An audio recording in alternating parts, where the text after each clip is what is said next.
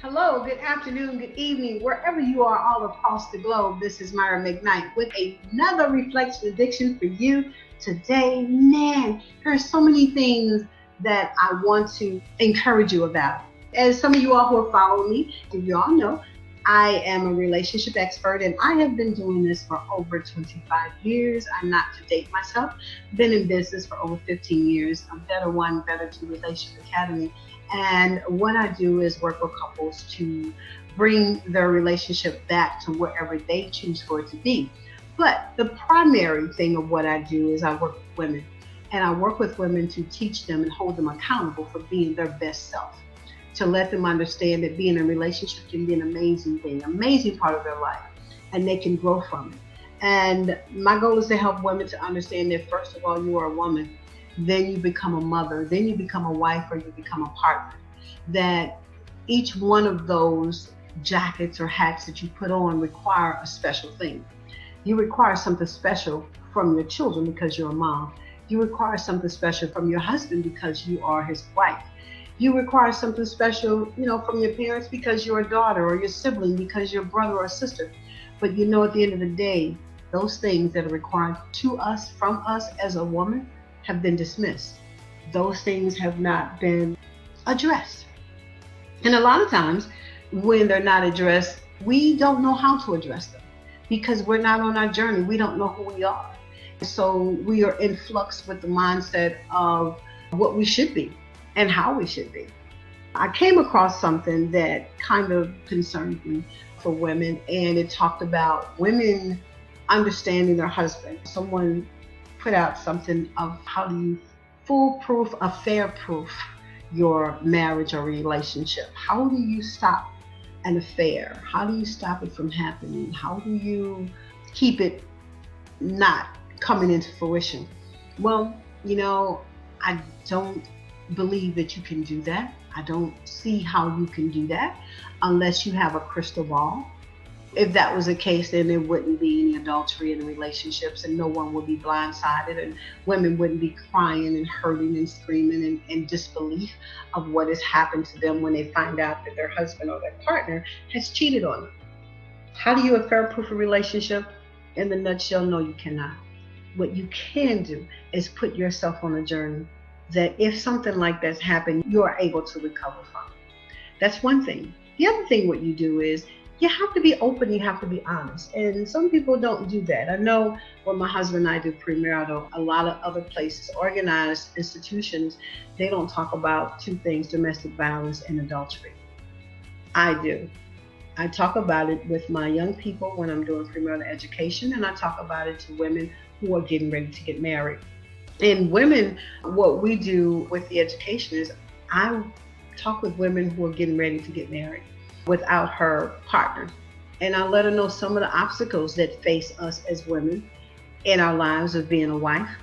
And I talk with women about looking for the hanging fruit, looking for the landmines. You can't stop a person from having an affair if they choose to.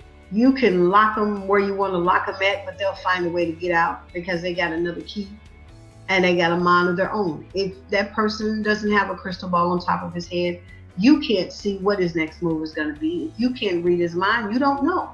So it tells me, why should I be thinking about it 24/7? Why should I be wondering if he's going to do it? No, I don't do that. But what I did do, my husband and I had a conversation before we got married, and my hope to him was that if you choose and if you decided that you didn't want to be with me anymore, I would hope that the man in you will come out and say, this is where I'm at in my life and this is what I want to do. Give me an opportunity to be engaged in the decision that you've made.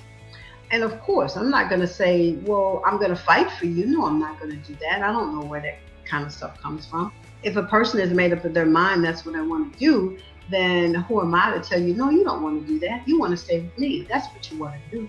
Oh, you don't want to do that, and I'm not going to let you do that. How in the freaking can I tell him anything different? He has his own mind, and he knows what he wants to do. If he has made a mistake, oh well, who is that on? Not me. And I'm just speaking to you from a realistic standpoint. Again, I have to say it. Marriages and relationships are not like they used to be 40, 50, 60 years ago. They're not like they used to be 25 years ago. I think a lot of things that women went through back then, they wouldn't go through now. It was like, deuce out.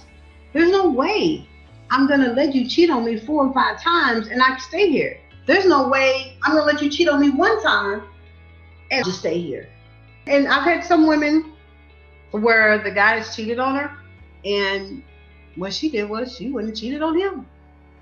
It puts the woman in a bad situation because you're putting notches on your belt that you don't even want. You're doing it from an emotional standpoint. There's never a reason for a woman to go out and have an affair on her husband or her spouse. There's never a reason for it. It's never a reason for a man to do it either. But what has happened is society has told men that it's okay and that we'll accept it. And men will do it and say, oh, it just happened. It never just happens. There was always an intent. There was always a plan. It's pretty much premeditated. But this is to say that you cannot proof it. You cannot affair proof. You cannot, unless you're riding around with a flashlight in the daytime and you got a private eye on the heels of your man 24/7. What kind of life and living is that? What you can do is you. All about you. All about you.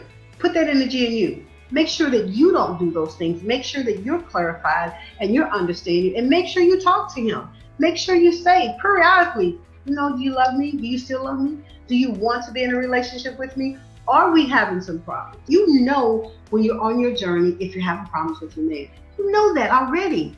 A lot of women turn a blind eye to those relationships that are going on, and you already know something ain't right. But then you don't want to be assertive enough to say something about it, and then he'll tell you, oh, you're crazy, or you're thinking out the box. Well, you know what? You're going to have to be crazy because you're going to have a conversation. If you feel something, say something. Again, ladies, if you feel something, say something. You know, if your man comes in the house, he's been working all day and he has a routine, watch his routine. You know his routine. If he skips something that he didn't do, that he used to do, and he does something different for a couple of days, that's a question. That's a conversation. Babe, you feeling okay?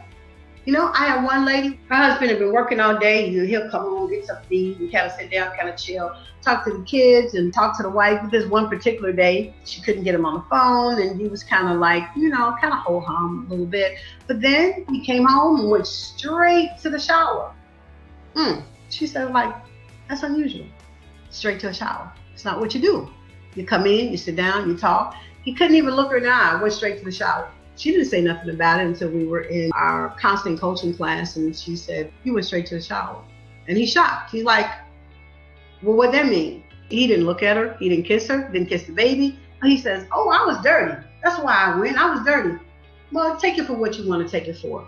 As a woman of the house, the wife of the house, then you know, whichever you think it is, more than likely it is that. But you don't wait to make a conversation about it. You don't wait to say something, because when you do that, you make that man think he's gotten by. Even if you don't have a confrontation, you can say this. I noticed that you took a shower when you came home. That's unusual. Why'd you do that? Oh, really? Okay. Oh, I just want to let you know I noticed that. Boom, done. Don't even have a conversation anymore. You're done with that. But you take it and you put it in your backpack, because you might need to refer to it later. Just a tidbit for you ladies. This is Myra McKnight with Reflection Addiction. Reflect on that and have a great day, and I will see you on tomorrow.